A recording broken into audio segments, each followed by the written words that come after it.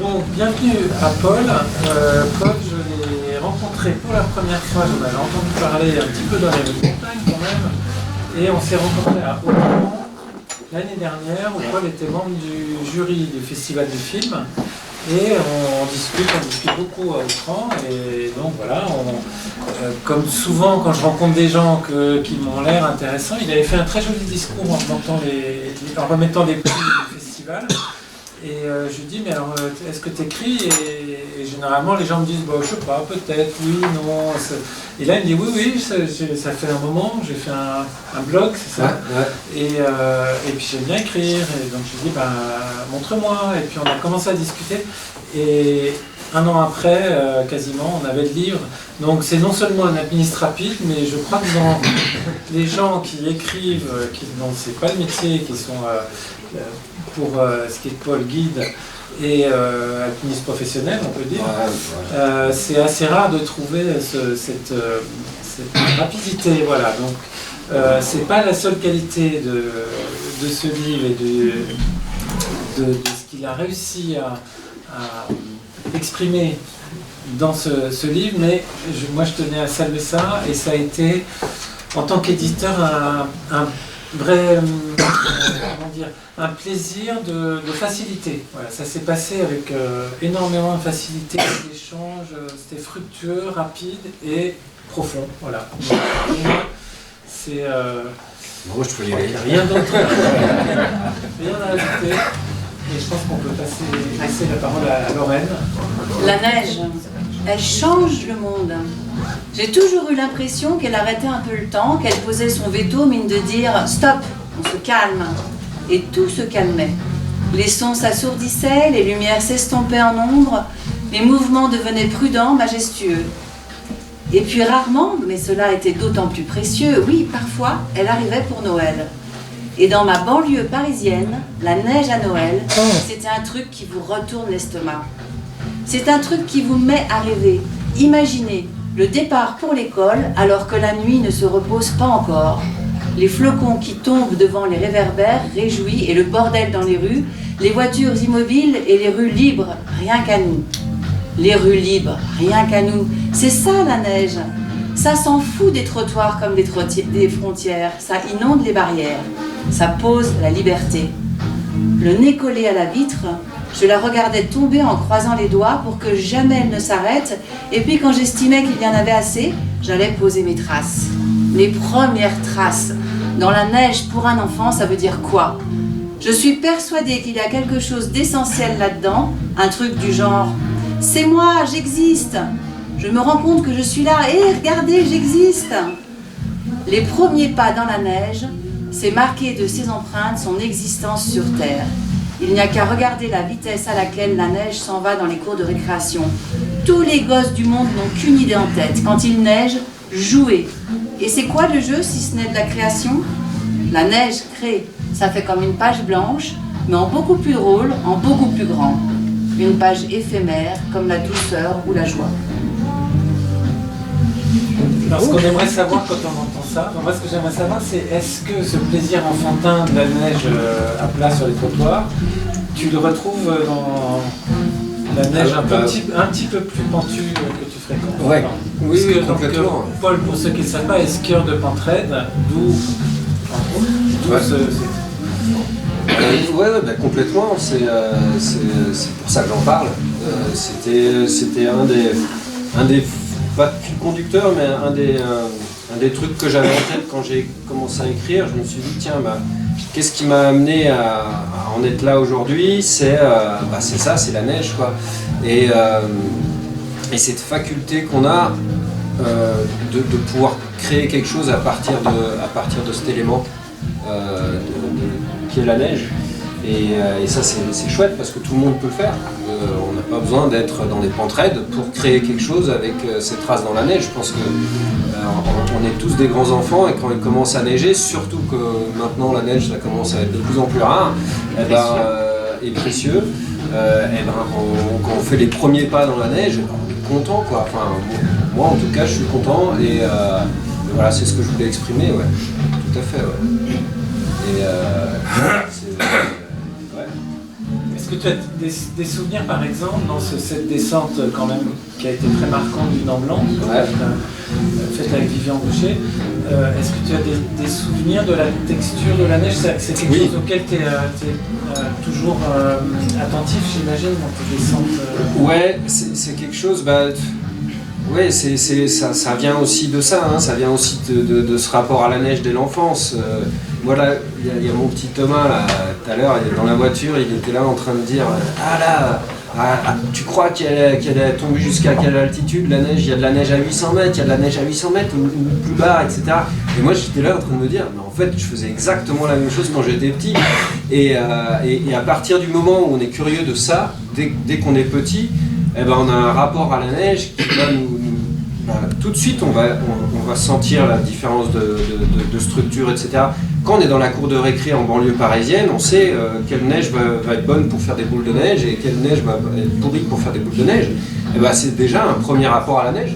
Et après, quand tu deviens guide de haute montagne, quand tu as les nez dedans quasiment toute l'année, et tu l'as encore. Et quand tu es sur le Nant Blanc, quand tu fais des pentes raides, moi je sais que maintenant c'est instinctif, c'est que je sais où la neige va être bonne pour tourner ou pas tourner. Je le sens, je le sais, je le vois, et c'est vraiment quelque chose que j'ai appris en premier dans les cours de récré quand j'étais gamin, quoi. Donc oui, tout à fait. Ouais. Mes doigts se tendent vers cette dernière prise.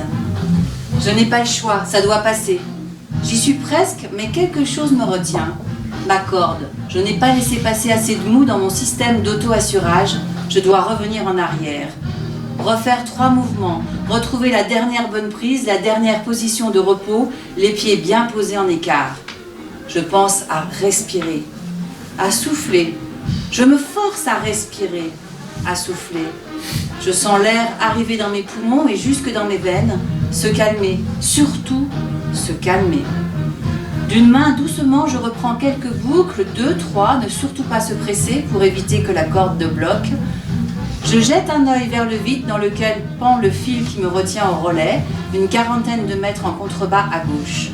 Je repose mes bras fatigués, mais déterminés, l'un puis l'autre. Cela doit passer.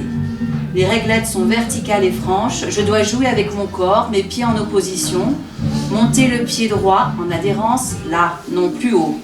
Le poids du corps est à gauche, dans la main gauche, poussé sur le pied droit pour que l'adhérence tienne. Si elle ne tient pas, c'est la chute. Je suis à 8000 mètres du sol, du vrai sol, celui qui est relativement plat au pied de cette face sud des écrins. Entre lui et moi, des vires, des éperons, des fissures, des dièdres complexes parmi lesquels je me suis hissée jusqu'à là. Je sais où je suis et je sais que personne ne le sait vraiment. La chute n'est pas une option. D'ailleurs, je n'y pense pas, je suis dans l'instant. Mon dernier coinceur est bon, inarrachable, comme ma main, comme mon pied, tout est en place, là où il faut. Je passe. La paroi se couche un peu, je reste concentrée au-dessus de moi, le pilier que je vais contourner par la droite et la suite qui semble plus facile. Une dizaine de mètres, je n'ai plus qu'une dizaine de mètres de corde pour installer mon relais. Je trouve un piège à coinceur, un système de fissures convenable pour poser un câblé, un frein, un bon piton pour valider le tout. D'abord le frein, le plus rapide et le plus sûr. Je m'attache dessus, décroche le piton adéquat de mon baudrier et commence à le frapper, fort. Il faut qu'il tienne, comme je dois descendre, récupérer mon sac et décrocher ma corde du relais précédent. Il faut que celui-ci soit solide, trop fort. Comme dans un mauvais rêve, j'entends soudain le coup de trop. Celui qui brise, déchire la tête de mon marteau vient de casser. Je hurle. Le piton n'est enfoncé qu'à la moitié. Mon cerveau bouillonne, vite, réfléchir, ne pas s'abandonner à l'apport. Je n'ai pas le temps d'avoir peur. Je sors 2 autres coinceurs, des petits, je les place au-dessus du piton que je cravate d'une sangle. Je relève le tout avec le frein qui me paraît être mon point le plus sûr. Ça tient. Je descends. Avec beaucoup de précaution, je me laisse glisser sur la corde, je suis dans le vide. De retour au relais, je réfléchis de nouveau. Comment poursuivre? Tout à la gestion de mes manœuvres, je ne m'étais pas posé la question avant. La réponse fuse comme à coup près. Sans marteau, pas de piton. Sans piton, pas de relais. J'ai bien quelques coinceurs, mais vu la qualité du rocher, j'ai de gros doutes quant à la possibilité de pouvoir les utiliser au-dessus et la descente en rappel est impossible sans relais. Me voilà contraint au solo intégral. Serein, J'escalade, la suite comme dans un rêve, tellement concentré que les mouvements ne viennent plus de mon corps, mais d'ailleurs, d'une énergie de survie. Maintenant que j'ai décidé de combattre, le monde entier se regroupe dans l'instant. Je ne vois plus ni le vide, ni le soleil qui suinte, je n'entends plus les pierres chuter plus bas. Le monde entier se regroupe dans l'instant. La vie est devenue obligatoire. Alors sans dévoiler toute la construction du livre, tu as quand même l'art, on peut dire, de trouver d'avoir choisi des instants extrêmement intenses et de les raconter en allant au fond des choses. Ça que là, je trouve qu'on est complètement avec toi en haut de ce pilier sud des écrins, c'est ça ouais, la face sud, ouais. Et alors tu es souvent en solitaire et les moments intenses que tu racontes, c'est souvent des moments solitaires, j'ai l'impression. Ouais. C'est un hasard. Est-ce que c'est un hasard? Non, je pense que c'est aussi un parti pris pour me laisser aussi de l'espace à pouvoir écrire les moments non solitaires plus tard, parce que j'ai tout un pan que j'ai pas abordé dans ce livre, c'est mon métier de vide notamment. Et après les instants, pourquoi les moments solitaires sont plus intenses? Je pense que la relation à la montagne quand on est seul est forcément plus intense, parce que j'ai tendance à dire quand on est seul avec la montagne, ben on s'occupe de nous, savoir si on va bien, si on va pas bien, si on le sent de monter, si on est capable, et on s'occupe des conditions de la montagne. Dès lors qu'on est en cordée, eh ben on a un filtre en plus, qui est un bon filtre, hein, c'est notre compagnon de cordée. Donc on va s'occuper de nous, de comment on est, on va s'occuper de notre copain, de comment il est, comment il se porte, comment il se comporte, et puis ensuite on va s'occuper de la montagne. Donc forcément, ce filtre fait que ce qui va devenir plus intense, ça va pas être notre relation à la montagne, mais ça va être notre relation avec notre compagnon de cordée. Et là, dans ce livre, j'avais envie quand même plus de marquer cette intensité que je peux vivre dans ma relation avec la montagne. Voilà. Il y a quelques passages aussi avec mes compagnons de cordée, hein, mais voilà. Donc, comme le livre c'est plus ma relation à la montagne, eh ben, les passages en solo prennent plus d'importance forcément.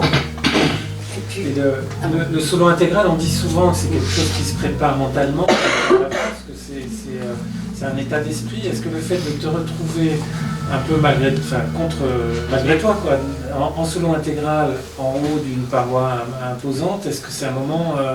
là, on a l'impression que ça se fait naturellement. Ouais, oui. Le déclic, le changement.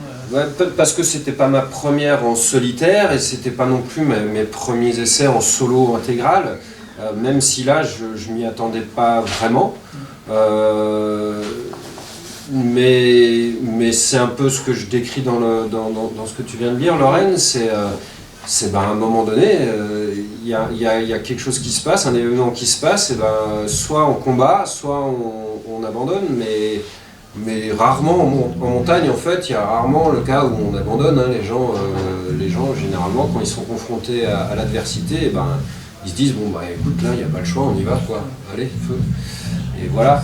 Et souvent, ce qui se passe aussi, et ça, c'est vrai que c'est quelque chose que j'aime, c'est pas quelque chose que j'aime chercher, hein, c'est pas ça, mais que j'aime vivre, voilà, que j'aime vivre, c'est que à un moment donné, on a cette capacité, nous, en tant qu'être humain, mais pas qu'en montagne, hein, quand on fait du yoga, je pense que ça peut participer de la même chose, à switcher au niveau du cerveau et à être complètement dans ce qu'on est en train de faire. Un musicien qui voilà, on entend les musiciens là, ils doivent avoir des moments, moi mon frère est musicien, il a forcément des moments où à un moment donné, eh ben, il pense plus du tout à ce qu'il est en train de faire, il est juste dans son élément et exactement là où il faut qu'il soit.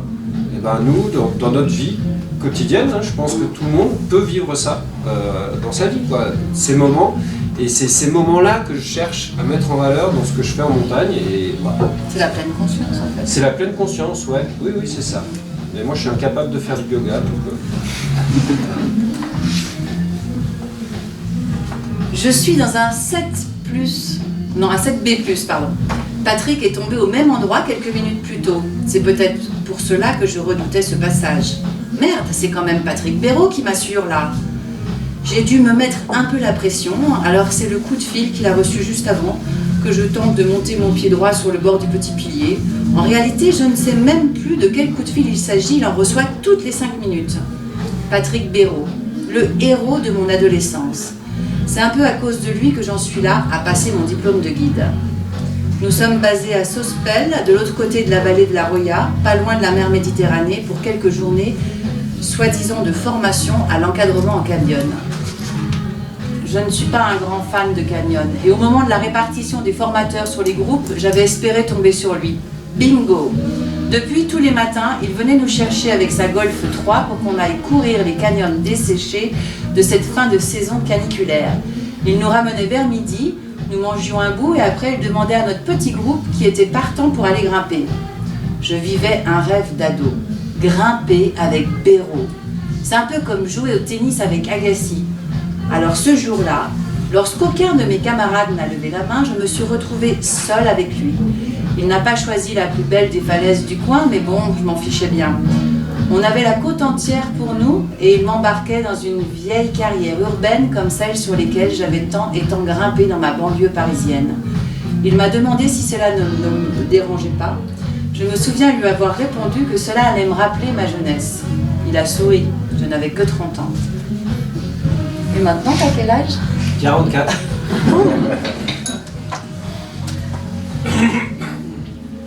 Ouais, je sais pas quoi dire.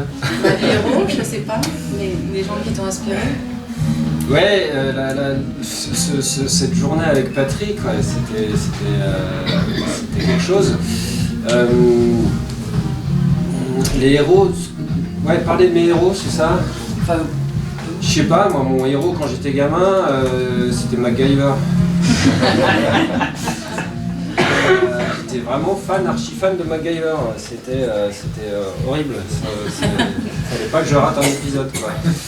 Et bon, j'ai pour connaître tous les trucs, c'est ça? Voilà, pour connaître tous les trucs. Ouais. Et du coup, Patrick Béraud, il est arrivé après. C'est plus par mon frère interposé, par l'escalade. Et puis voilà.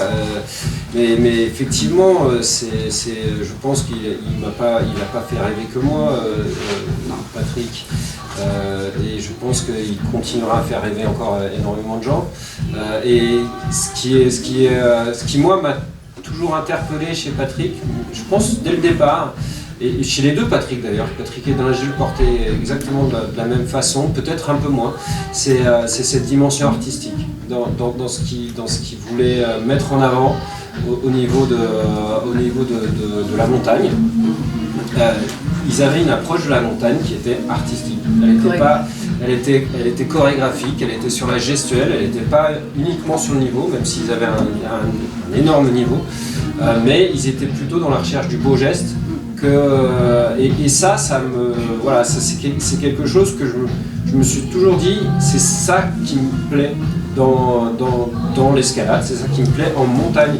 Et comment est-ce qu'on peut réussir à faire partager aux gens, comment on peut réussir à dire aux gens, faut arrêter de croire que la montagne est un sport, ce n'est pas un sport, c'est une démarche artistique à la base, quoi. Et si on prend ça comme une démarche de création ou une démarche artistique, eh ben on change complètement les paradigmes, parce qu'on n'y va plus pour performer, on y va pour créer, pour s'épanouir, pour s'apporter quelque chose et aussi pour s'exprimer et puis dire aux gens, regardez comme c'est beau ce qu'on est en train de vivre ou ce qu'on est en train de faire. Et voilà. Et ce qui est intéressant peut-être, c'est que chez Béraud, parce que la suite de cette scène, elle est un peu plus compliquée, c'est-à-dire que tu comprends que Patrick, il est dans un moment de sa vie pas évident, donc ce qu'il te montre, c'est absolument, et c'est ce qui est intéressant dans la façon dont tu construis les choses, c'est qu'il ne te montre pas du tout un héros, en fait, il te montre quelqu'un qui grimpe très bien, mais qui est dans des problèmes humains d'un homme de, je sais pas quel âge il a, 45 ans je sais pas à l'époque. Quel âge il avait là, ouais, c'est ça, c'était l'année avant sa mort. Qui a une vie un peu compliquée, qui est dans des problèmes très quotidiens. Et finalement, ce que tu en retiens, est-ce que c'est pas passer plus par, tu parles de création, par des films, des livres, des photos. Est-ce qu'il te transmet cette dimension un peu artistique dans l'échange que tu as avec lui, ou est-ce que c'est justement quelque chose d'antérieur? Non. C'est pas dans l'échange que j'ai avec lui, c'est un échange. C'est même pas un prof de l'ENSA à son stagiaire, hein, c'est deux gars qui vont grimper, qui se connaissent pas très bien, et puis voilà, qui vont passer un moment à grimper. Mais moi, quand je parle de ce qui m'a inspiré, c'est même pas forcément ces films, c'est ces mouvements. Si tu vois, s'il y a quelque chose auquel je pense tout de suite avec Patrick, c'est son mouvement, sa gestuelle, même dans sa démarche quand il marchait. C'est quelqu'un qui portait sur lui comme un danseur, si tu veux, tu vois. Et je trouvais qu'il avait cette démarche d'un danseur. Et dans sa posture, dans sa manière de s'exprimer, etc. Il avait toute cette dimension-là. Et c'est vrai que là, je vois son côté pas obscur, parce que c'était pas du tout obscur, c'était plutôt même rigolo, tu vois, qui répondent comme ça au téléphone, mais sans arrêt. C'était juste, moi j'étais là, mais qu'est-ce qu'il fait, quoi? Il est juste en train de répondre. Il n'était pas en pleine conscience, là. Non, il répondait à un Italien qui était en train de lui poser la question de par où passait la voie normale du Viso. Ouais. La voie normale du Viso, c'est pas super compliqué. C'est pas lui quoi. de répondre, ça. Il était en train de t'assurer, Voilà. on n'a pas difficile. Ouais. Voilà, et là tu te dis, mais ça m'a intrigué. Je me suis dit, quand même, ce personnage qui est quand même, à l'époque, il venait de faire sa traversée des Alpes, il était super connu, etc. Et il prend le temps de répondre à des gens, et il a répondu pendant bien un quart d'heure, 20 minutes à ce gars, hein, donc il a pris le temps, quoi, qui lui demandait par où passait la voie normale du Viso. Du coup, je me dis, ça m'intrigue, parce que, ouais, si un jour il y a quelqu'un si plus tard ça m'arrive d'être à sa place, ben, je trouverais ça sympa de faire la même chose, voilà. Mais sans que ça en devienne trop, voilà. Et voilà. Je sais pas dans quelle mesure c'était trop pour lui, ça je sais pas, mais là, moi ça me semblait énorme là. Un pas, je me repose un peu. Un autre pas, je me repose encore plus longuement. La neige arrive à mi-mollet. Autour, tout est blanc, la neige, les nuages, la lumière. Il ne reste que nous en couleur. Je ne sais plus le temps, je ne sais plus ni l'espace ni le temps. J'essaye juste de compter encore un peu, jusqu'à 3 pas. Puis je me pose au-delà l'inconnu, au-delà je ne sais plus. Mon monde s'est réduit à 3 pas.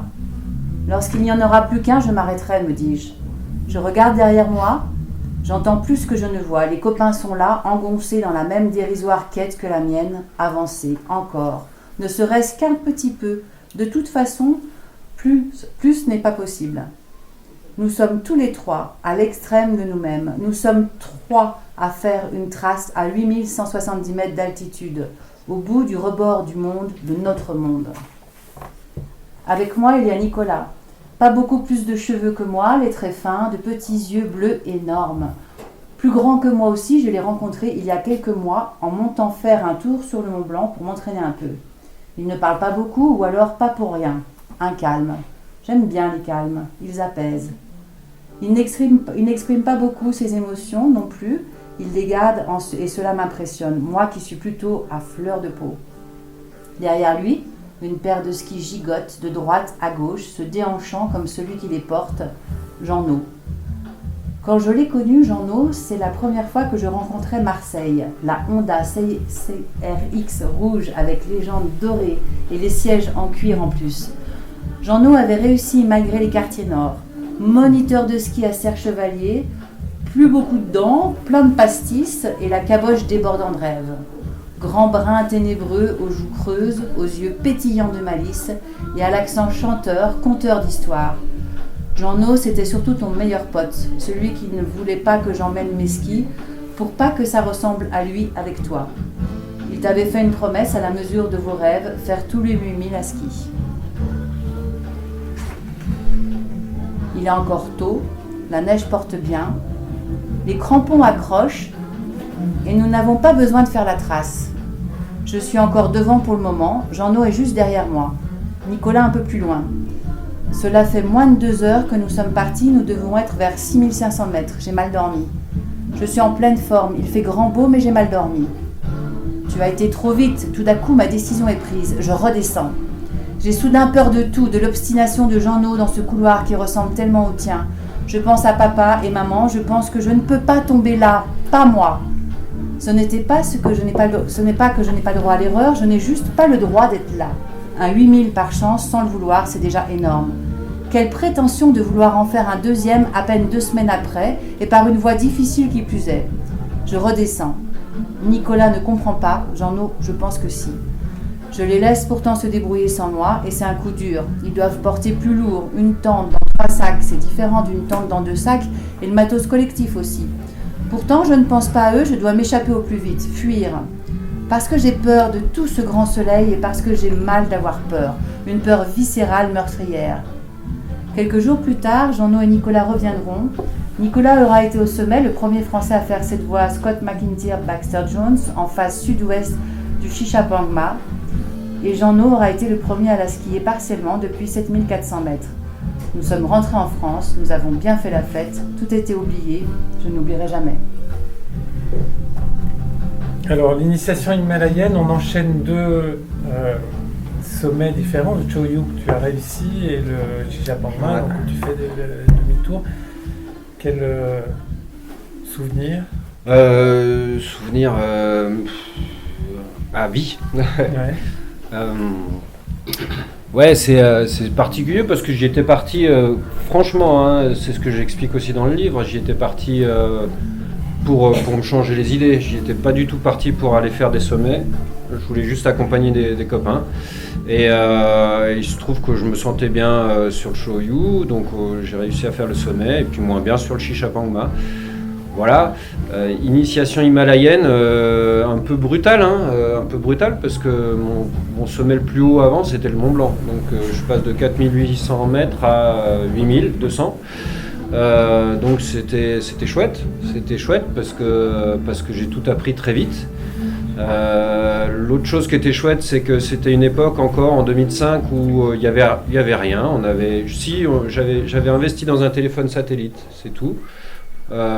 Et puis c'est tout ce qu'on avait. On avait rien d'autre. Donc il n'y avait pas de chauffage au camp de base, il n'y avait pas tout ça. Et donc c'était très très rustique encore à l'époque. Voilà. Ensuite, quoi dire d'autre sur ce passage? Une dimension importante, c'est que tu racontes un moment où tu fais demi-tour. Ouais. Et Ouais, ça, ouais. c'est quelque chose qui fait partie aussi du voyage, de ta démarche.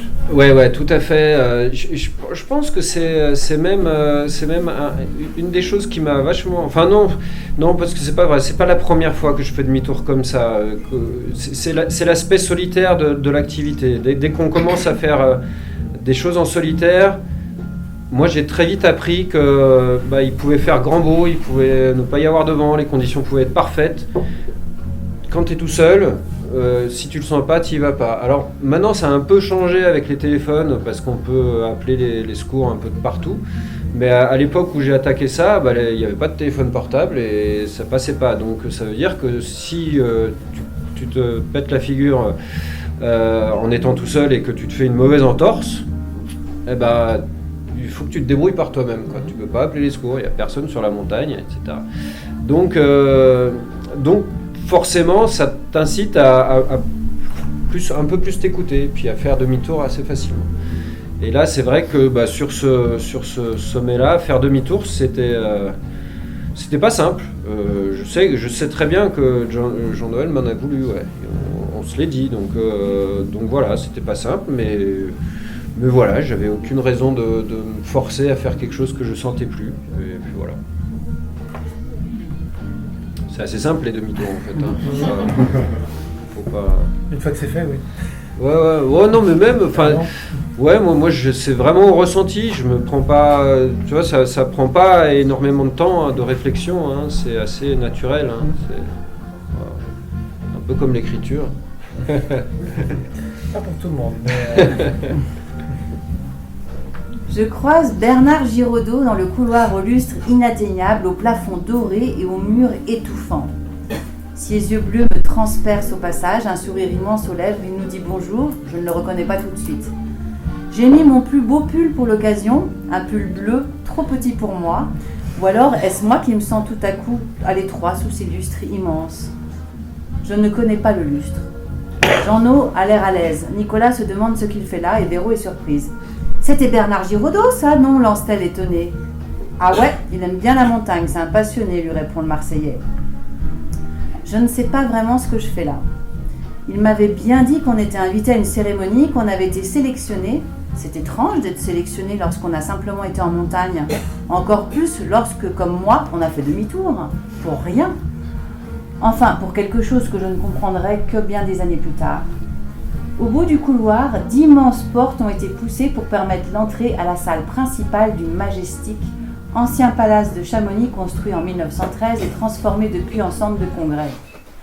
Jamais la capitale de l'alpinisme, Chamonix, je la connais déjà un peu grâce à mes passages à l'école nationale de ski et d'alpinisme et aujourd'hui nous nous retrouvons dans l'endroit le plus chic de la ville pour la nomination au cristal de la Fédération française de la montagne et de l'escalade.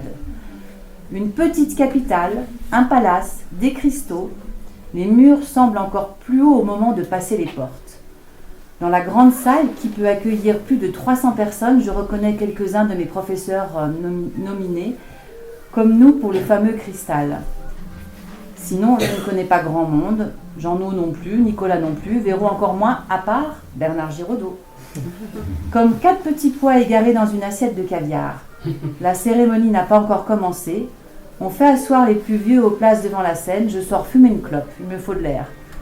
Ou juste une clope, quelque chose qui m'aide à réaliser ou à relativiser. Parce qu'en fait, je ne suis pas fan des prix en montagne. Parce que pour moi, la montagne n'est pas un stade et qu'on n'y bat pas de record. Ça vient appuyer ce que j'ai dit tout à l'heure. Ouais, exactement. J'aime beaucoup cette image. Je suis assez fier de mes 4 petits pois dans mon assiette de caviar. C'est là. Ouais, non. Mais c'était la première fois, il y a eu d'autres fois où tu as été nominé? Non. C'est la seule fois où on a été nominé. Et puis voilà, ouais, c'était particulier parce que moi j'avais 30 ans, c'était ma première expédition.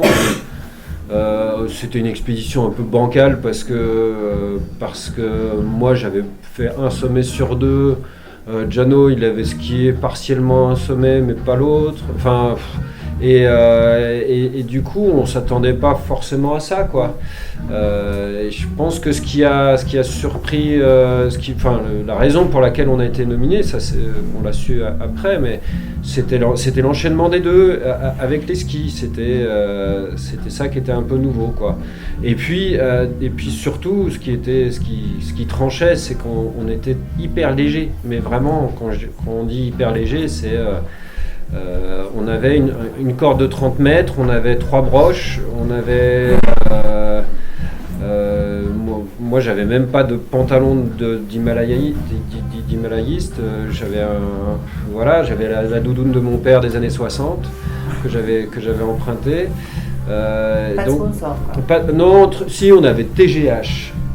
Ouais, c'était une boîte pour laquelle Giano travaillait, une boîte de travaux acrobatiques. Mais ils n'avaient pas donné beaucoup de sous, hein. Voilà, donc on était vraiment partis à l'ancienne.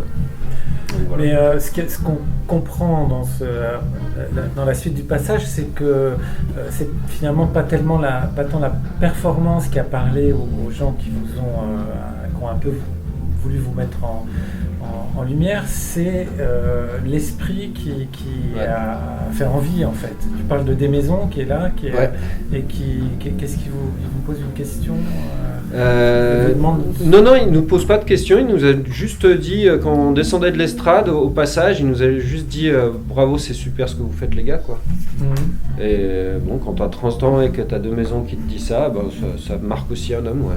C'était quelqu'un qui t'avait marqué qu'il est Ah comme bah oui, Béraud, oui. qui faisait partie Ah bah, René, c'était pas, ça, il m'a moins marqué que Béraud parce qu'il a une dimension pour moi plus littéraire que artistique justement. Et puis moi j'étais plus grimpeur quand j'étais jeune. Tu vois, même là encore à cette époque-là, à 30 ans, j'étais vraiment plus grimpeur. Donc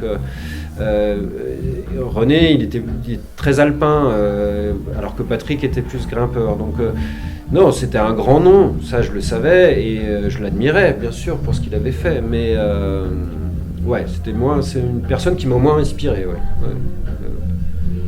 Voilà, mais bon, c'est rêvé des maisons quand même. Et majestique. Et majestique, ouais. Un clin d'œil à Chamonix. Ouais. La préparation aux expéditions s'est rodée au fil des années et on est très loin des standards. Une préparation physique et mentale d'une intensité complètement hallucinante et fortement déconseillée. Je pense que l'idée venait de vous trois, toi, Jeannot et Popol, qui aimiez pourtant vous moquer des collants pipettes, bouffeurs de graines et de dénivelé. Nous l'avons reprise avec Nicolas et je la pousse encore un peu plus loin aujourd'hui. En gros, l'idée est assez simple et se déroule en 2 temps pour eux et un temps pour moi. Première étape, la purge.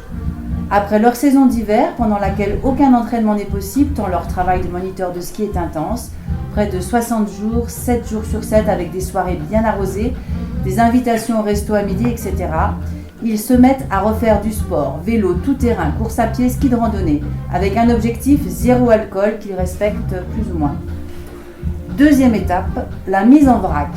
C'est généralement là que je les rejoins parce que pour moi la saison, bien que moins intense, finit plus tard. Cette étape consiste à faire un maximum de dénivelé tout en enchaînant les pastissades au bar Père et Noël tenu par Polo. Cette méthode me faisait un peu sourire jusqu'à ce que je sois confrontée à la très haute altitude et à tout ce qu'elle peut engendrer comme maux de tête, nausées, déshydratation, perte d'appétit, etc. Pour schématiser, faire des soirées bien arrosées jusqu'à 3h du matin, se lever à 5h avec une belle gueule de bois et ensuite partir en montagne, enchaîner jusqu'à 3000 mètres de ski de randonnée, permet, je l'ai découvert, d'être très proche mentalement et physiquement de ce à quoi nous allons être confrontés par la suite. De toute façon, nous n'aurions jamais pu faire autrement vu que notre conception de la pratique de la montagne était débridée, joyeuse et sans autre enjeu que celui de nous faire plaisir. Alors, collant, pipette, graines, est-ce que c'est un effet de l'époque que il y a un ton un peu moqueur parce que tu pratiques aujourd'hui un alpinisme qui a intégré des choses qui viennent de ça. Bien sûr, ouais, non, mais c'est pour ça que je me permets un peu de m'en moquer parce que maintenant je sais un peu ce que c'est. À l'époque, oui, collant pipette, c'est pas moi, hein, c'était Gianno et mon frangin Nico qui se moquait beaucoup de ces gens qui s'entraînaient et qui faisaient pas la fête du tout, etc. Et qui était très rigoureux là-dessus. Maintenant, c'est vrai que moi, je mixe les deux. Je suis plus dans un mix, c'est-à-dire que j'ai des périodes d'entraînement où je suis très collant pipette. Pas au niveau des habits, hein, mais au niveau de la démarche. Et puis des périodes où je suis beaucoup moins. Voilà. Mais c'est vrai que tu vois, par exemple à Autran cette année, c'était encore un de mes challenges, c'était me coucher à 3h30, 4h du matin, me lever à 7h pour aller courir le... Je témoigne. Voilà. Et courir très vite. Et de 20 km. Et franchement, moi, ça m'aide à savoir un peu comment le corps peut réussir à récupérer, réussir à s'adapter à ces difficultés-là, quoi. Voilà. Et c'est vrai qu'en montagne, on est rarement confronté à des efforts de marathonien, ou même de trailer. On est plutôt confronté à des efforts de fête, quoi. Hein. C'est ça, hein. C'est des nuits courtes, où on dort pas bien, on a souvent mal au crâne, on mange pas bien, etc. Donc on est plutôt dans ce type d'effort-là, quoi. Un peu la tradition anglo-saxonne de l'alpinisme, on se prépare à l'altitude. La meilleure préparation à l'altitude, c'est d'avoir de savoir ce que c'est qu'un gueule de Ouais. bois. Ouais, mais quand on se remet un siècle en arrière, les anciens alpinistes, ils avaient la gourde remplie de rouge, hein, ils n'avaient pas la gourde remplie d'eau. Hein. Donc, et puis ils avaient la clope au bec en permanence. Hein. Donc, et ils étaient au moins aussi forts que les gens maintenant. Hein. Donc c'est pas que anglo-saxon, je pense que ça fait... Voilà, l'aspect sportif de la montagne, il est arrivé récemment en fait, hein, jusqu'à récemment. Je pense que Messner, il est pas complètement, étranger, parce qu'il a commencé lui à vraiment s'entraîner fort Mais Messner était sponsorisé par une marque de rhum, donc il avait encore ce truc-là. Donc, Et en parlant de volant pipette, t'as quand même la préface de Kylian Jornet. Ouais. Ouais, bah oui, c'était une idée lancée au hasard, comme la plupart de mes idées d'ailleurs. Hein. On cherchait pas vraiment, en fait, on se demandait s'il fallait une préface ou pas. Et puis moi j'ai proposé des noms à Charlie. Charlie il était là, ouais, plus ou moins. Et puis d'un coup, un jour, je sais pas, je me dis bah tiens, on a échangé un peu avec Kylian une fois. J'ai l'impression qu'il aime bien ce que je fais, on peut peut-être lui demander, et puis voilà. Et moi, mon idée, c'était pas d'avoir Kylian Jornet sur la pochette. Hein. D'ailleurs, c'est chouette parce qu'on communique pas trop là-dessus, et je pense que. mais aussi. Bien sûr, mais moi, ce que j'aime beaucoup, c'était la première de mes idées, en pensant à Kylian, je me suis dit, oh, j'aimerais bien qu'il lise mon bouquin. Donc déjà, lui envoyer le bouquin pour la préface, au moins, j'étais sûr qu'il le lise, quoi. Même s'il ne voulait pas derrière faire de préface. Et puis ensuite, je me suis dit, mais j'aimerais bien, parce que ça fait longtemps que je le suis, moi, hein, c'est quelqu'un qui m'inspire. Pas comme Béraud, pas du tout de la même manière. Je suis beaucoup plus critique avec Kylian qu'avec Béraud. Mais je me suis dit, mais c'est quelqu'un qui essaye de faire un peu ce que moi j'aime beaucoup faire, c'est poser des ponts entre les disciplines. Tu vois, il n'est pas uniquement dans le trail, il fait aussi de la montagne. Bon, il est très critiqué dans le milieu montagne pour tout un tas de raisons, mais en tout cas lui il essaye de faire ce grand écart qui est pas simple à faire, et j'avais envie de l'intégrer dans ce livre qui pour moi est aussi participe de ce grand écart entre les disciplines. C'est ça, voilà. C'est pour ça qu'il y a genre D'accord. un petit aparté. En tout cas, ce qu'on voit dans la préface, c'est que il a vraiment lu le livre, et Ouais. 2, il a une connaissance approfondie de l'histoire de l'alpinisme, parce qu'il a sorti des noms qu'on a été obligés de vérifier tous les deux. C'est-à-dire que des ancêtres de l'alpinisme rapide tel que tu le pratiques, il en trouve. Il y a un Giacometti, donc le frère de Giacometti, et puis le deuxième, j'ai oublié son nom, qui est un anglais. Et donc Kylian, il est imprégné de l'histoire de l'alpinisme. Et quand on écoute Vivian, avec qui tu as fait le Nant Blanc, Vivian Bruchet, qui a beaucoup grimpé avec lui, dit que c'est un alpiniste extraordinaire. Ah oui. C'est pas, il y a des gens qui sont critiques, mais voilà. Ah, juste pour l'anecdote, ce qui m'a fini de me convaincre, c'est une fois je vais voir son profil ou je sais pas quoi, il sort une image de chez lui, puis il avait une peinture de Van Gogh derrière, tu vois, une reproduction de Van Gogh. Et là j'ai dit, ah ça doit être un mec bien, parce que j'adore Vincent Van Gogh. C'était peut-être un original, j'entends.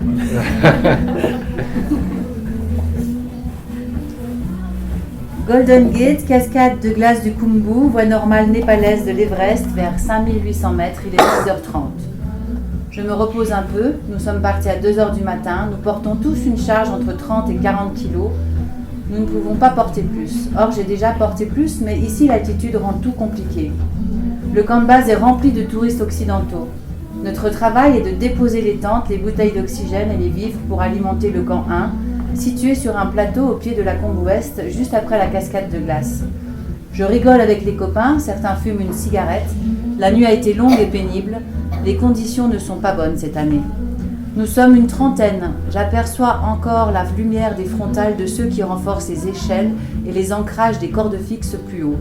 D'autres sont plus bas, ils avancent doucement. Nous pensons à la paye qui nous attend et qui nous permettra peut-être un jour d'ouvrir un lodge avec nos femmes dans la vallée Ou encore une agence peut-être là-bas, à la capitale. Ou pourquoi pas une agence. Ça paye bien une agence. Je pourrais peut-être envoyer mon fils faire des études à l'étranger aussi, pourquoi pas. Avec les copains, je rêve d'avenir. Un bruit immense vient soudainement briser le silence et le vent. J'entends des cris, des hurlements. Ma frontale balaye furtivement le visage de Dorji avec qui je viens de rire aux éclats. Dans ses yeux, j'ai à peine le temps d'apercevoir une peur infinie. L'instant d'après, je meurs. C'est qui parle? C'est Pasang.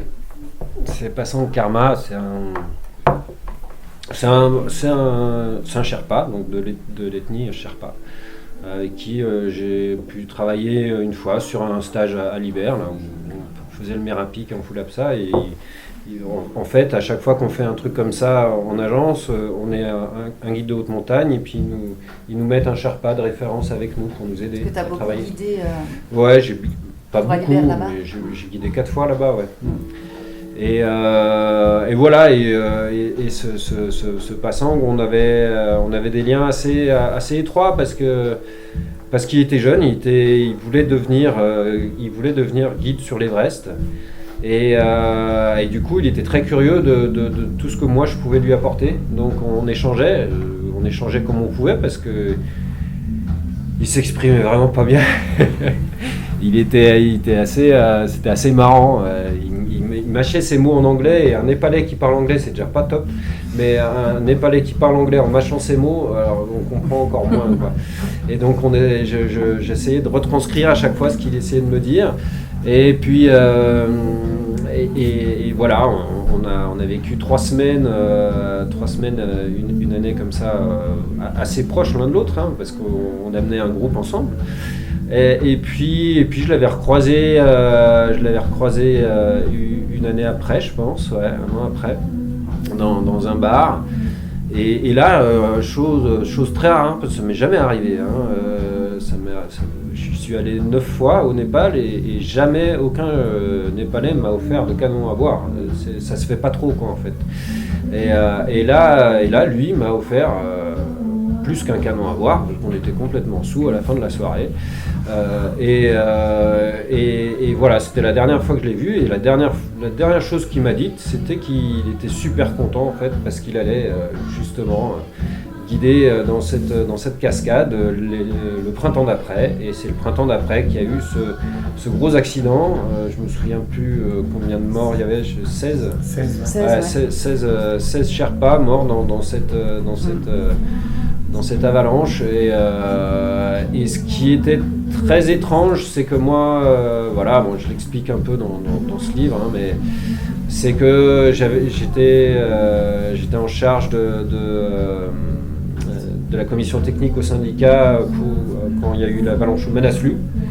Syndicat des guides, ouais. Ouais, au syndicat des guides. Donc là, ça a fait la une des journaux internationaux pendant plus d'un mois. Hein.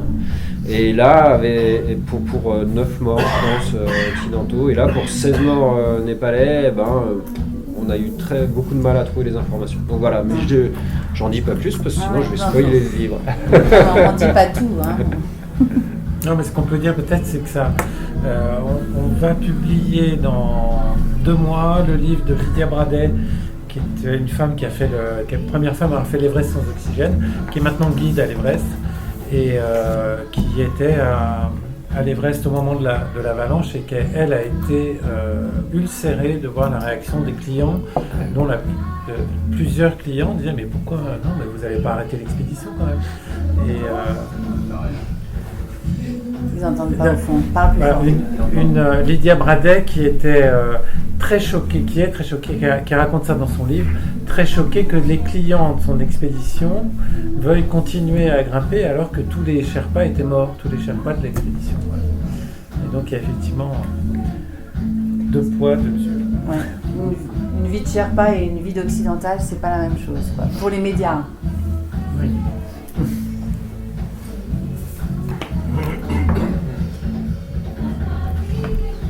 Le métal s'incruste dans la neige ferme.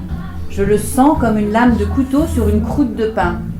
L'information passe d'abord au travers de mes orteils, le pouce en premier, puis l'avant de la voûte plantaire. Laisser aller un peu, faire en sorte que l'information ne passe pas trop vite. Elle remonte au mollet légèrement parce qu'ils sont détendus à ce moment-là. Il faut qu'ils soient détendus. Puis elle passe aux muscles des cuisses. Dans la jambe aval, elle explose dans le vaste interne, 1/1000e de seconde avant d'envahir le vaste externe de la jambe amont. Surtout laisser aller, la neige est dure, ne pas bloquer, se détendre. Dans l'expiration, porter le regard vers le bas, les épaules aussi. Verrouiller le bassin, laisser aller. Je vois ma main 1/4 de seconde se balader dans le champ de vision, ce n'est pas grave. Les mains doivent fonctionner librement, comme celles d'un équilibriste. Bloquer les abdos, puis doucement gérer le grip. C'est bon, je m'arrête. J'entends Vivian au-dessus qui me dit quelque chose comme « Bien joué, il fallait le faire ce premier virage !» C'est vraiment agréable de fonctionner avec lui, toujours le sourire et plein d'encouragement. Nous sommes dans le Nant Blanc. J'entends l'écart de Vivian, je le regarde du coin de l'œil. Un immense sourire illumine son visage. Nous sommes deux dans le Nant Blanc, dans le bonheur. Il n'y a pas d'alternative. En réalité, les grandes choses ne peuvent se faire qu'avec bonheur. Je ne pense à rien, tout est déjà dit. À ce stade, ce sont les années qui parlent pour que tout ceci devienne naturel, complètement intégré dans le corps et l'esprit et dans le cœur. Je ne pense ni à la pente, ni à l'exposition, ni à une éventuelle erreur. Je regarde, j'observe tout, je ressens, je respire l'air. Le monde me parle en permanence. À cet instant, il ne tient qu'à moi de l'écouter. Je suis prêt à entendre le moindre de ces messages. À ce stade, il faut avoir appris à percevoir la montagne et le monde. Et il faut avoir appris à discerner ce qu'ils ont à nous dire. À ce stade, les heures passées devant la vitre à regarder la neige tomber ont autant d'importance que le demi-tour du Chicha Pandma, le bonheur de porter pour la première fois son enfant dans ses bras ou la mer morte sur la route de Pokhara. Il ne s'agit plus de technique ici, il s'agit de notre conscience au monde. Pour faire ce virage dans cette pente, il faut avoir rêvé beaucoup et avoir su renoncer à certains rêves. À ce stade, il faut être libre, connaître le combat et ne pas s'être trompé de camp. Aucun virage ne se prend en dictature. C'est difficile de raconter ce que c'est que la pentraide. Là, je trouve que c'est... Enfin, moi, je suis Là, on a l'impression... embarqué, mais est-ce que c'est une démarche difficile ? Je sais pas. Moi, ça m'a pas semblé difficile. Mais au-delà de la pentraide, c'est raconter ce qu'on peut vivre en montagne. Ouais, c'est... voilà. Je pense que c'est...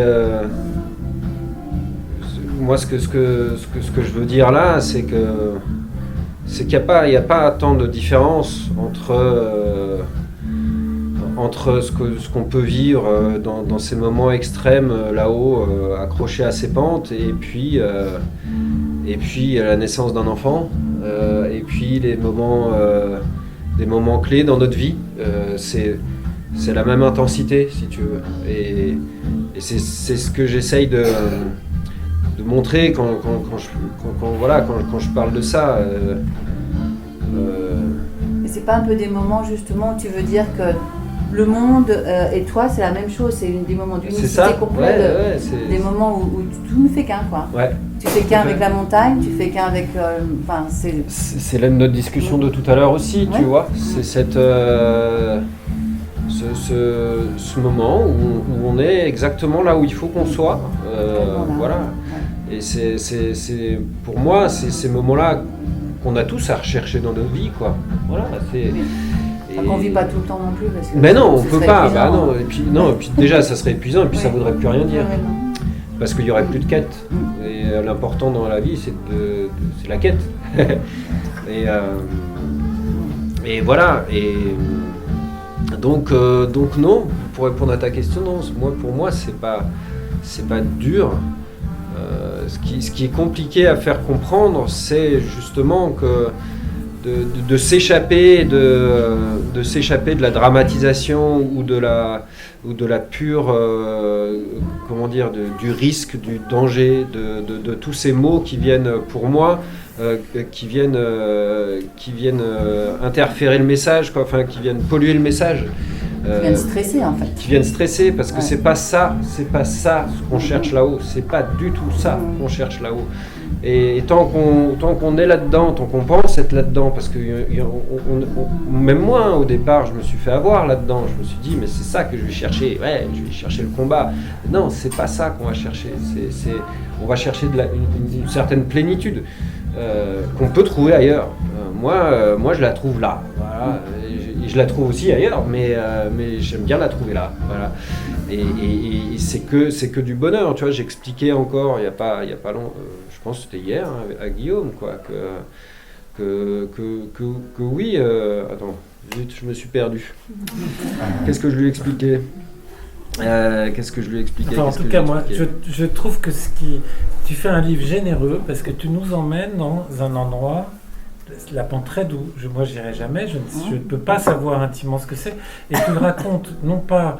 Alors il y a ce qu'il faut de technique pour qu'on comprenne que c'est difficile et que c'est pas accessible à tout le monde, mais il y a beaucoup de sentiments, d'émotions, de choses intérieures, et finalement tu le ramènes à des choses qu'on comprend et qu'on peut avoir l'impression de vivre, quoi. Voilà. Donc je trouve que c'est très généreux comme démarche. C'est pour ça que je demandais si c'était difficile, parce que quand je vois des images, il y a beaucoup d'images, on a tourné des images à la GoPro, on en voit de plus en plus, voilà. Et on est dans la pente, mais en même temps, des images de Pentraide à la GoPro, ça a toujours l'air facile, quoi. Et là, finalement, tu montres à la fois que c'est pas facile, mais que tu y éprouves des choses qu'on peut comprendre, voilà. Alors que au fond, moi, profondément, je comprends pas. Ouais, mais c'est le challenge. Hein, tu vois, moi, si tu veux, ma quête, moi, dans ce que j'essaie d'exprimer à travers justement les images, à travers mes écrits, à travers ces échanges, c'est ce que j'ai envie de faire comprendre, c'est ça, c'est que on n'est pas hors du monde. C'est essayer de faire comprendre ce qu'on est en train de vivre là-haut. Et je te remercie de ce que tu viens de me dire, parce que je suis content d'entendre ça, parce que c'est ce que j'essaye de faire. Et j'y arrive. Puis à te le dire, on a l'impression même que c'est des moments d'extase, en fait, même de douceur, alors que tu es dans un environnement super hostile, mais que tu te fonds dans le décor et que tu es... qui t'accueille, quoi. Oui, c'est exactement ça. J'ai retrouvé ce que je voulais dire, mais c'est ce que j'expliquais, c'est que non, on n'est pas dans le risque, on est dans le bonheur. On est tout le temps dans le bonheur. Et c'est voilà. C'était ça. Il me parlait d'exploit. Je parle très peu d'exploit dans ce livre, et je le fais exprès parce que pour moi, un exploit, il y a forcément quelque chose de dangereux, de risqué. Il y a un aspect combatif dans l'exploit. Et alors que moi, je suis jamais là-dedans. Quand je vais en montagne, et les gens, tu vois, tu étais là aussi aux rencontres à Grenoble, quand on me demande, mais et le risque là-dedans, et la peur et le risque, je dis, moi j'ai pas peur. Quand je fais les choses, quand je les accomplis, quand je les réalise, ça veut dire que j'ai pas eu peur. Sinon tu t'en vas. Je fais demi-tour. Voilà. Et c'est ce que j'essaye de véhiculer, mais c'est dur parce qu'on revient de tellement d'années où on parle de la montagne, homicide, de la montagne avec les risques, avec etc. Et dire que non, qu'on peut faire un certain haut niveau en étant complètement dans que du bonheur, c'est compliqué à faire entendre. Voilà, c'est ce que j'essaye de faire là. On le comprend bien en lisant le livre. Tant mieux. Est-ce qu'il y en a qui ont des questions? Pas hésiter. Oui, moi j'en aurais eu une. Ouais. Tu n'as pas du tout parlé de toutes les descentes extrêmes, fabuleuses que tu as pu faire. Tu as parlé d'ultra trail, mais je n'ai pas bien compris. Je voudrais savoir comment tu te situes par rapport à l'ultra trail. Parce que les 9000 mètres de l'UTMB, j'ai l'impression que pour toi, c'est pas grand-chose, les 9000 mètres de dénivelé positif. C'est invraisemblable que tu aies réussi en matière de dénivelé. Comment tu te situes par rapport à l'ultra trail? L'as-tu pratiqué? Oui, pourquoi? Et sinon, pourquoi? Ouais. Alors, je vais répondre assez facilement. L'ultra trail, moi, j'étais archi contre pendant des années. Je trouvais que c'était bête, je comprenais pas, comme beaucoup de gens encore. Hein.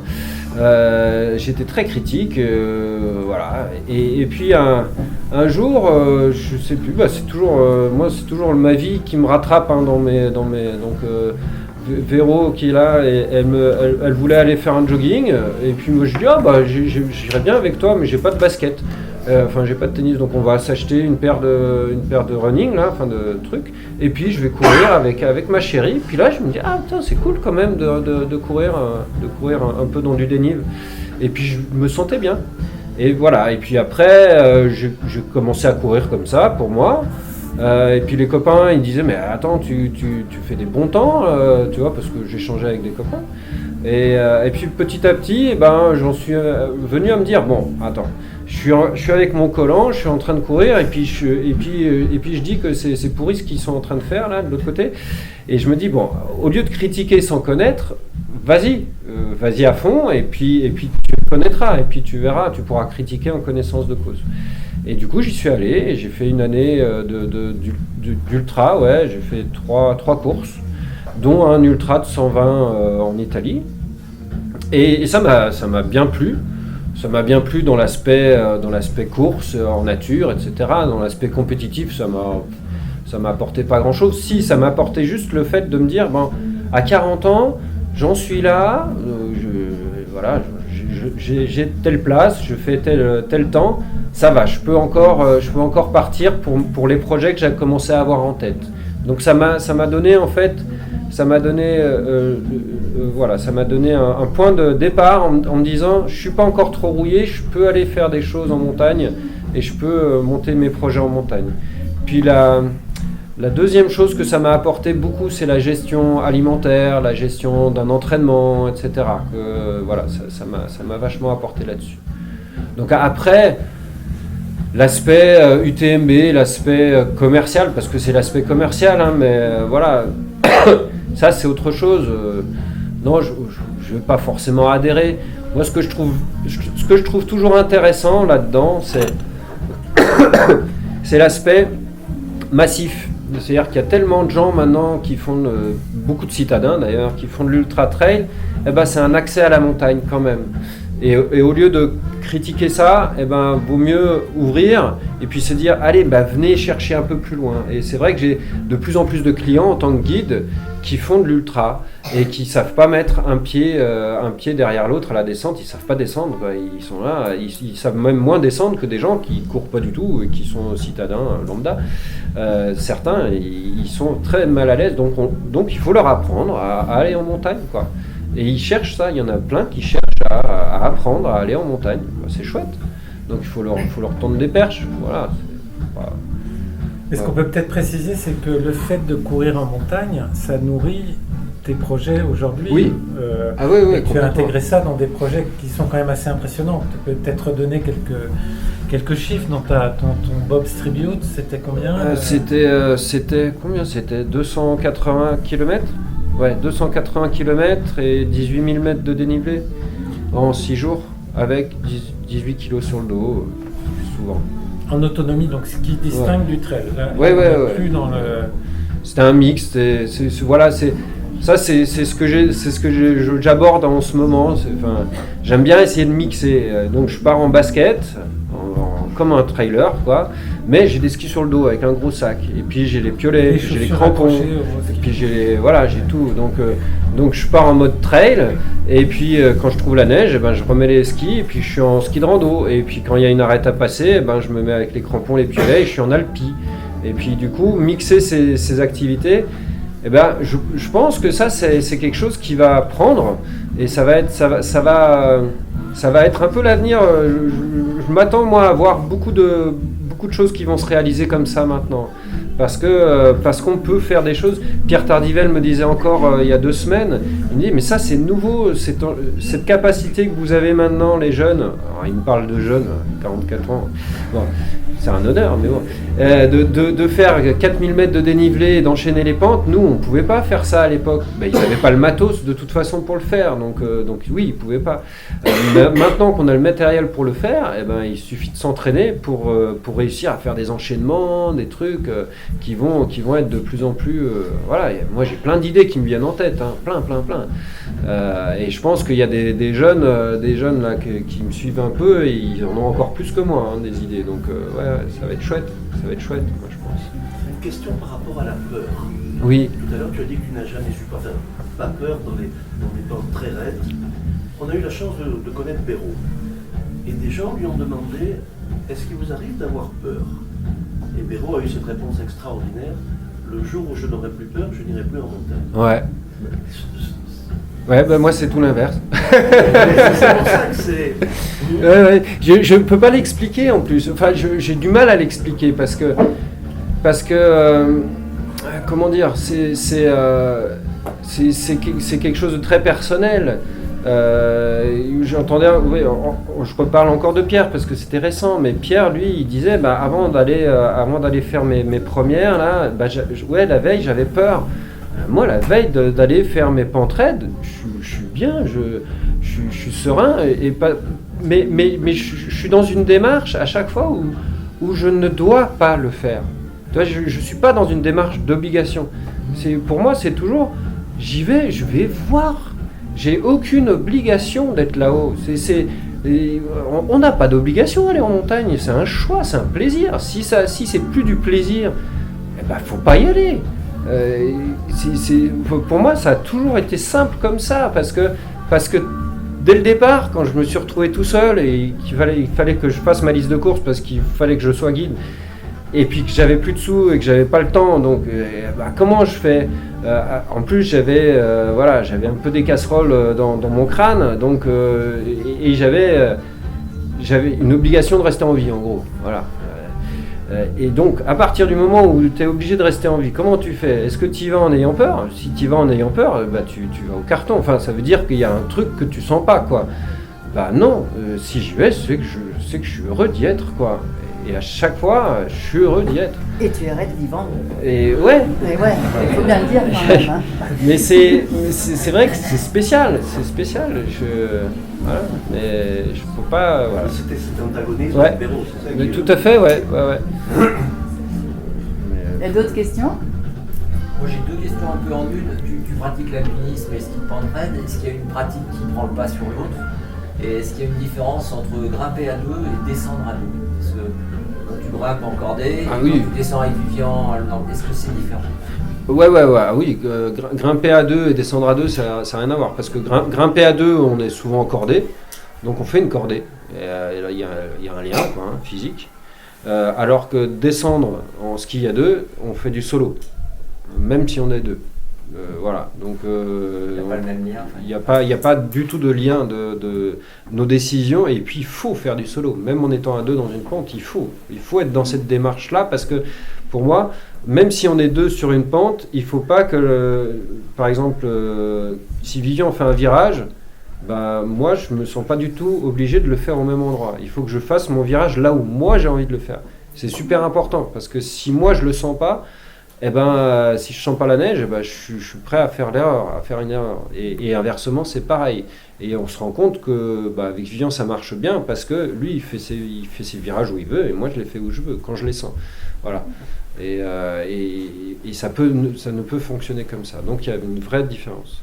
Et la première question, c'était quoi? Est-ce qu'il y avait une des pratiques qui prenait le pas aujourd'hui? Est-ce que tu sens que tu es plus attiré par la descente ou est-ce qu'il n'y a pas de... Moi, je trouve que toutes ces activités, elles sont liées. On fait de la montagne. Voilà. Là, j'ai été connu à cause grâce à ce projet des 4 faces, parce que c'est assez simple. Hein, au départ, je ne m'attendais pas à une dimension médiatique comme ça. Au départ, je voulais faire mon truc dans mon coin. Je n'avais pas l'idée de me faire filmer. J'ai été contacté par un réalisateur qui était intéressé. Ok, on s'est contacté, on s'est bien apprécié. Après, on a cherché des financements. On n'en a pas trouvé. Il fallait faire un crowdfunding. Pour faire un crowdfunding, il faut faire de la com, parce que sinon on ne trouve personne pour nous aider. Donc j'ai commencé à communiquer beaucoup, et c'est à partir de là que ça a commencé à Paul Bonhomme fait de la pentraide. Bon, okay. Mais je ne fais pas que de la pentraide, et loin de là. Donc j'essaye de... Voilà. Pour l'instant, je suis très connu là-dessus. Mais l'idée, c'est plus la dimension exploratoire. Mais même en pentraide, moi, ce qui me fait plaisir, c'est pas forcément la difficulté, c'est la dimension exploratoire. Donc voilà. Sauf que en pentraide, il n'y a plus grand-chose de simple et de pas dur à ouvrir. Donc la plupart des choses que je découvre, elles sont forcément un peu dures, quoi. Voilà. Himalaya. Himalaya, on va attendre que les enfants grandissent. Non, si, j'ai peut-être un petit projet cet automne, mais bon, faut qu'on se cale encore un peu. Faut qu'on se cale. Non, c'est pas simple et puis c'est pas comment dire. Là, j'y suis allé déjà 9 fois et j'y retournerai certainement, mais voilà. J'ai pas de... Comment dire... mes objectifs, ils sont assez simples. Hein. J'ai plein d'idées en tête, puis je fais en fonction de la vie. Voilà. Mais je posais la question, mais je trouve qu'on sent très bien dans ton livre que tu as envie d'être créatif, ce que tu as très bien dit, et que tu arrives à être créatif dans les Alpes. Il y a encore beaucoup de choses à inventer, même si en pentraide, c'est peut-être un peu plus compliqué de trouver des lignes, mais cette nouvelle façon que tu as d'aller vite, d'aller faire, puisqu'il y a aussi dans tes réalisations récentes un aller-retour très rapide à la Dent Blanche, des enchaînements de 4000 au-dessus de Zermatt, donc il y a une façon de te renouveler, j'ai l'impression, qui fait que... C'est pour ça que je te posais la question de l'Himalaya, mais j'ai l'impression que dans les Alpes, il y a encore beaucoup de choses à faire. Moi, c'est simple, hein, c'est souvent, je me dis... ah tiens, ça serait joli de faire ça. Et puis, parfois c'est une semaine avant, parfois c'est 2 jours avant. C'est rarement le laps de temps est rarement plus grand que ça. Hein. Et puis j'y vais, et puis je vais voir, et puis c'est voilà. Et puis, la plupart du temps, pour l'instant, ça marche. Bon, par contre, j'ai un entraînement qui me permet de faire ça. Voilà, c'est ça qui change maintenant. C'est que je suis prêt, alors que voilà. Mais c'est vraiment à l'inspiration, quoi. C'est assez. Je trouve ça chouette. Je trouve ça rigolo. Cette idée, c'est. En fait, moi, plus ça va, plus j'ai l'impression d'être. Ma maman, elle a fait un peu de peinture, et puis moi, j'ai fait un peu de peinture à une époque aussi, et j'ai l'impression d'être un peu un peintre comme ça, un peintre, comme dirait Jeannot, un peintre. Toi, t'es un peintre. Il y a un dessin. Et c'est ouais. C'est dessin et de Paul. Mais c'est encore laissé sa trace, quoi. C'est l'histoire de trace. Là. Ouais. Puis un peintre, comment il fait il se prend, je sais pas moi, il se prend peut-être le week-end en famille, et puis le lundi, il se réveille, il dit qu'est-ce que je vais faire encore cette semaine. Allez, je regarde, bam, je dessine 2-3 bouts de bricole. Moi, je suis comme ça avec mon Facebook, voilà, parce que je regarde beaucoup Facebook, ce que les gens font, là où sont les bonnes conditions. Tiens, là, il y a une montagne qui me plaît, etc. C'est l'avantage des réseaux sociaux, c'est ça, hein, c'est qu'on voit plein d'images, etc. Et quand on est guide, forcément, on a plein de copains guides qui envoient plein d'images de montagne, et ça peut être vachement inspirant. Puis après, je sors une carte, et j'adore lire les cartes. Et puis là, j'imagine des parcours, des itinéraires, des machins. Et puis après, j'y vais à l'inspiration comme ça, quoi. Ouais. Ton métier de guide, c'est une façon de trouver l'inspiration? De l'inspiration. Mon métier de guide, oui, parce que tu vois, par exemple, les 8-4000, je l'ai eu à la fin d'un Chamonix-Zermatt avec des clients. Mais mon métier de guide, moi, je pense, tu vois, j'y pense de plus en plus, mais je pense que je vais commencer à griffonner quelques bribes de mots sur ce métier, parce que c'est quelque chose qui me remplit beaucoup, la relation humaine, purement ça, j'adore ça, j'adore vraiment mon métier. J'espère que, a priori, les clients qui viennent avec moi, ils sont assez contents, donc ça se passe plutôt bien. Ouais, c'est fabuleux de... Mais là encore, c'est un support, la montagne est un support, et on a des gens qui arrivent, on a un support qui est extraordinaire, et ton métier, c'est de faire en sorte que les gens se régalent dans le support dans lequel tu les emmènes, quoi. Et c'est comme quelqu'un qui fait découvrir une belle toile à un public. Voilà, c'est pareil. Si je reprends l'image du peintre, c'est ça.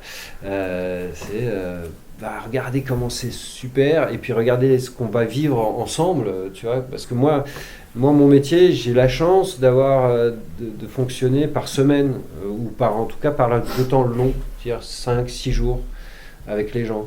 Je les embarque, tu vois, c'est beaucoup de ski de rando l'hiver, donc des raids à ski, et puis de l'alpinisme, mais sur une semaine, souvent l'été. Et du coup, on s'embarque vraiment dans quelque chose. Je guide peu comme ici à la journée. J'amène pas en Vallée Blanche, j'amène pas. Et là c'est un autre métier, hein, c'est clairement un autre métier. Moi, je les embarque dans une aventure, donc c'est chouette. On va peut-être arrêter là. Moi, j'avais peut-être une dernière. Enfin, sauf s'il y a des questions, j'avais une dernière question qui me trotte dans la tête depuis longtemps. Et en fait, je ne te l'ai même jamais posée. C'est le français n'est pas ta langue maternelle. Non. Les premiers mots que tu as entendus, les premiers mots que tu as parlé, c'était du néerlandais. Ouais.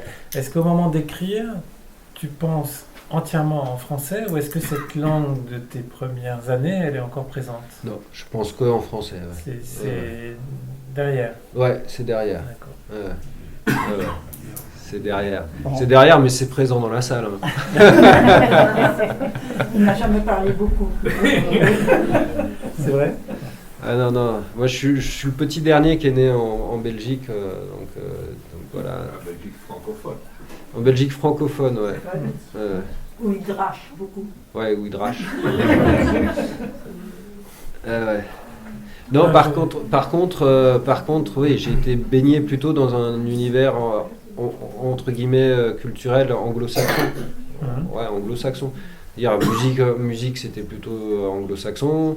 Voilà, les livres qu'il y avait à la maison, il y avait beaucoup de livres en anglais ou en néerlandais, tu vois. Il y avait aussi des livres en français, mais c'était plus compliqué. Voilà. Je posais la question parce que je trouve qu'il y a un ton dans ton écriture qui est très original, il y a une musique singulière, et je pense que le fait qu'il y ait eu une autre musique au départ, voilà, je fais l'hypothèse que ça a pu avoir ça a pu nourrir ta façon d'écrire et t'emmener dans des chemins peut-être un peu différents si tu avais été toujours dans... Ouais.